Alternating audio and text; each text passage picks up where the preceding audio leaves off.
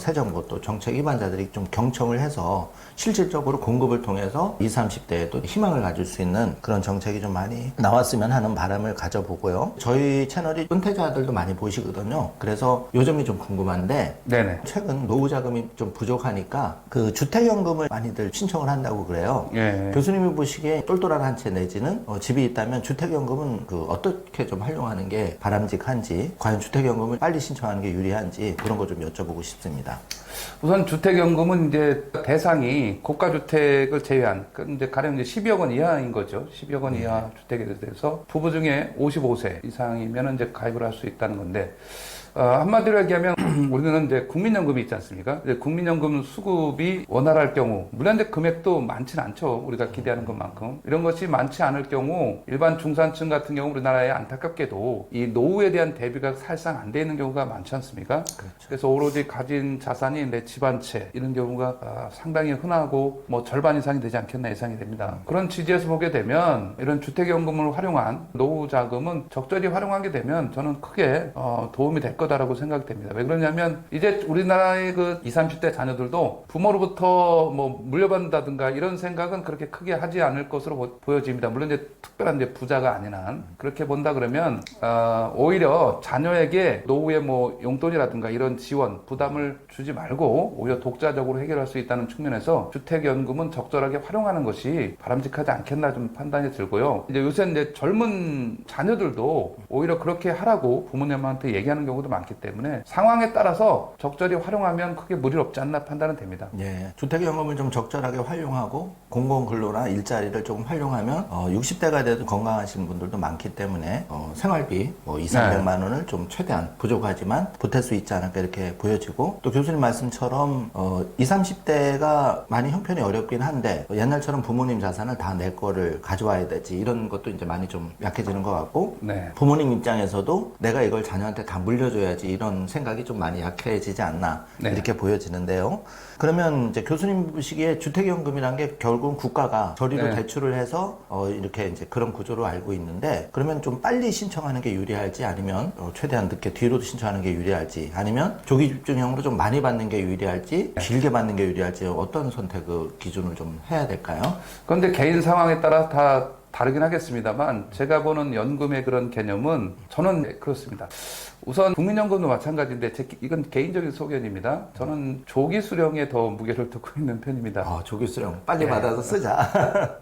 왜냐하면 네. 우리가 나이가 상대적으로 젊을 때, 예를 들면 60대 있지 않습니까? 60대는 그래도 이제 활동적이고 생활을 많이 하기 때문에 여러 가지 뭐 생활비도 많이 들고 그에 따른 뭐 비용도 많이 들어갈 수가 있는데, 상대적으로 이제 75세 이후 뭐 80대 이렇게 되면 이 행동 반경이 많이 떨어지고요. 그렇죠. 어디 멀리 가지도 못하고 여행도, 아니면 소비도 굉장히 줄어듭니다. 그런 차원에서 그때는 그렇게 생각보다 큰 자금이 필요하지 않습니다. 물론 이제 손자녀에게 뭐 용돈을 주거나 아니면 이제 병원비가 들어갈 수 있는 문제는 또 있을 수는 있겠습니다만, 근데 그런 취지에서 본다 그러면 조금 더 활동적으로 움직이고 할 때 여행이라도 좀 가고 여러 가지 생활 여건을 우리가 활용할 수 있는 이런 상대적으로 조금 더 젊고 이럴 때 연금을 수령하는 것이 좋겠다라는 차원에서 그게 바람직하다고 보여지고, 그리고 이제 어떤 형태의 연금이 조기에 수령하는데 좋으냐를 볼 때는 당연히 이제 아까 말씀드린 대로 초기에 많이 수령하고 시간이 갈수록 이렇게 감소하는 형태의 연금 흐름이 좀 더 바람직하다라고 저는 보여집니다. 이제 건강하게 살 수 있는 나이가 있는데, 제가 수천 명, 뭐 거의 10,000명 이상이 될지도 모르겠습니다만 수없이 많은 부자 상담을 통해서 제가 체득한 게 있습니다.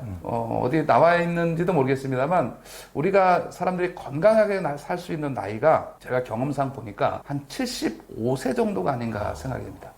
아무리 부자여도 75세까지 정정하게 있다가 그 나이가 넘어가면 75세, 78세 이후에는 갑자기 안 좋아지는 경우가 제가 상당히 많이 봤어요. 그래서 어떤 한 분의 상황이 아니고 대략 75세 정도를 기점으로 이렇게 좀 안 좋아지는 경우가 많다라는 측면에서 보게 되면 이때까지가 이제 활동을 열심히 할 수 있는 기간이라고 이렇게 예상이 듭니다. 그만큼 여기에 필요한 자금을 먼저 쓰고 노후에는 이제 그만큼 상대적으로 활동성이 떨어지기 때문에 적은 비용으로도 생활하는데 크게 무리는 없을 것으로 본다라는 취지에서 보게 되면 조기 수령, 처음에 조금 더 받는 이런 형태의 연금 수령이 더 적절하지 않겠나 판단이 들고, 국민연금 같은 경우에도 내가 5년을 조기 수령하게 되면 대략 30% 정도가 감액된 상태에서 받게 되잖아요. 그럼 이게 내가 미리 받은 것과 나중에 받은 것의 손익분기점은 대략 한 75세 정도입니다. 그러니까 75세 전까지는 내가 빨리 받은 사람이 손해나는 게 아니에요. 그죠? 미리 5년 먼저 받은 게 있으니까 그런 차원에서 이 활동성이 있을 때 75세 이전에 연금을 조기에 받아서 하는 것이 좋지 않겠나 이런 생각을 해볼 수가 있겠습니다. 예, 저도 교수님 의견에 공감하는 게 저도 이제 50대 후반에 접어들고 있지만은 이번에 여행을 가보니까 네. 아버님 어머님들이 이제 오셨는데 평상시에 건강 관리를 잘 하신 분이 그나마 좀 빨리빨리 재밌게 보고 맛있는 거 드시고 하시고 정말 70 넘어가면 한 분도 없으셨어요. 그러니까 교수님 말씀대로 우리가 70 되기 전에 네. 주택연금이든 국민연금이든 좀 조기 수령을 해서 하는 게 맞지 않나. 네. 그리고 저도 그 슈퍼리치에 자산 네. 관리를 오래 했지만은 교수님 말씀처럼 자산이 수백억 수천억이 있어도 갑자기 건강 문제가 생겨가지고는 네. 어떻게 할 수가 없더라고요. 그런 걸 네. 보니까 수천억 수백억 힘들게 하셨는데 허망하게 그냥 떠나시는 걸 많이 봤을 때 지금 순간 잘 즐기고 노후 준비도 미리 좀 잘 해야 되지 않을까 그런 생각을 하게 됩니다. 자, 교수님 이제 근본적으로 다시 돌아가서 네. 이 부동산에서 요즘 집값이 너무 똘똘한 한 채에 집중되고 내가 월급을 타도 집을 한 채 장만하는데 수십 년이 걸리다 보니까 20, 30대 우리 그 미래 세대가 집을 포기하는 그런 일이 있는데 교수님께서 생각하시는 내가 집은 한 채 있어야 되냐 이 문제에 대해서는 좀 어떤 답변을 하실 수 있을지 궁금합니다.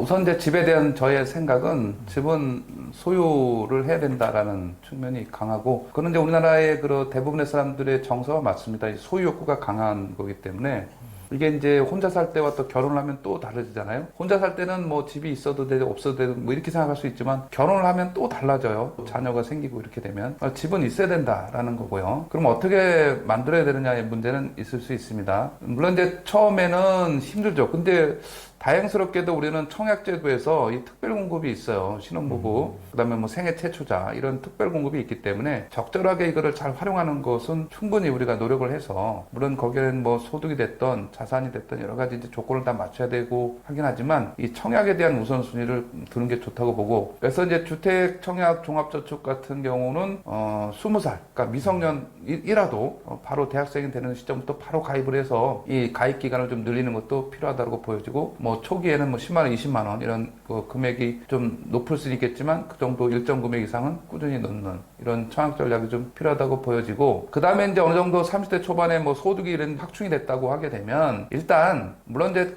좋은 데부터 마련을 하면 좋겠습니다만 그게 현실적으로 되지 않습니다. 그렇기 때문에 적절하게 가격이 올라갈 수 있는 그런 지역, 뭐 서울이라고 하게 되면 그 일기 신도시라는 거 이 주변 지역 이런 지역들에서 출퇴근이 편리한 곳들은 충분히 또 상승 가능성이 있다고 보여져요. 가령 이제 지금 일기 신도시가 노후계획도시 특별법에 의해서 재건축을 하고 있지 않습니까? 상대적으로 값이 싼 곳인데 개선의 여지가 있는 곳은 어찌 보면 또 일산이라고 할 수도 있습니다. 지금 이제 GTX가 개통이 되면서 그야말로 이제 15분, 뭐 20분 안에 이제는 삼성역까지도 갈 수 있는 이런 여건이 마련됩니다. 28년 정도에. 그렇게 본다 그러면 일산에서 물론 이제 대공역이든 킨텍스역이든 GTX 접근성이 좋아야 되겠지만 이런 것들도 충분히 한번 관심을 둬도 재건축에 대한 그 기대감으로 인해서 좀 가능하다고 보고 자 이런 식의 한번 보유를 하게 되면 이걸 끝까지 10년간 있는 것도 의미가 있을 수 있겠지만 10년보다는 그 짧은 시간에 뭐 반의 반 가령 뭐 3년이라면 3년, 5년 이런 시간 안에 조금 더 나은 곳으로 어느 정도의 차익이 생겼다면 다시 한번 또 상위 지역으로 이렇게 해서 갈아타기를 시도하는 이런 그 1주택자의 순환매가 필요합니다.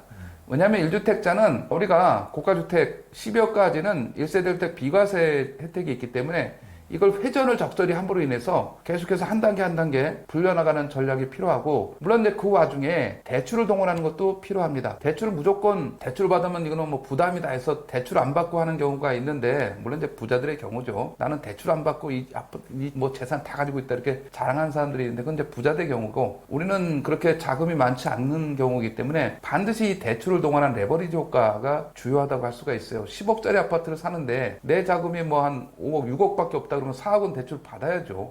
뭐 장기를 받고 하게 되면 그것도 이제 훨씬 더 10억이라는 아파트 값을 내가 샀는데 이게 12, 3억이 될 수 있는 여지도 있는 거 아니겠습니까? 그런 취지에서 본다면 대출을 적절히 좀 활용해서 레버리지 효과까지 하면서 이런 1주택자의 순환 이것이 좀 절대적으로 필요하다라고 좀 보여집니다. 우선 무주택자 전세입자에 머무는 것보다는 집을 사는 편이 훨씬 더 좋습니다. 왜냐하면 전세입자에 머무는 것은 한마디로 얘기하면 인플레이션에 대한 방어가 안 됩니다. 전세 보증 보증금은 자체적인 증식이 안 되기 때문에 결국은 집값이 올라갔을 때 대응이 안 되는 게 전세입자의 안타까운 이제 비애라고 할 수가 있겠어요.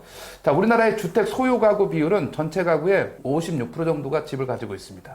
무주택이 44%인 거죠. 그래서 주택 가격이 안정되려면 56%의 소유 가구를 한 65%까지 올려야 돼. 한 9%를 더 올려야 됩니다. 그럼 이제 무주택이 35%가 되는 거잖아요. 이러면 훨씬 더 우리나라 전체적으로도 주택 가격 안정에 다가설 수가 있어요. 그래서 소유 가구의 비중을 늘리는 이런 전략이 좀 필요하다고 보여지고, 자, 그래서 이제 정부에서는 이 정책 자금 대출에 대한 지원을 강화해야 됩니다.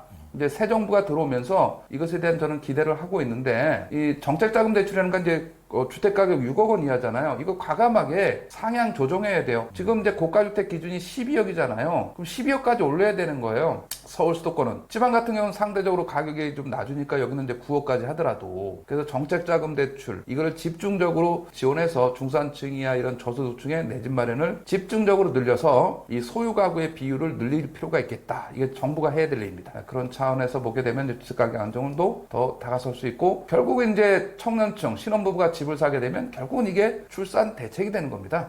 이렇게 다 유기적으로 연결되는 거기 때문에 이 부분에 대한 지원이 필요하다고 할 수 있습니다. 정말 인사이트를 얻게 되는데, 새 정부는 아무래도 서민 지향하는 정책을 좀 편다면은 네. 교수님 말씀대로 제가 봐도 6억 정도는 사실은 서울로 놓고만 본다면은 6억 가지고는 변두리나 외곽으로 나갈 수밖에. 외곽에서도 뭐 거의 찾기가 쉽지 않아요. 그러니까 그런 현실성이 떨어지는 정책이라서 그렇습니다. 말씀하신 대로 뭐 12억까지는 모르겠지만 한 뭐 그 정도 근처에 가야지만 대출을 활용해도 그래도 미래를 좀 볼 수 있는 그런 지역에 최소 9억.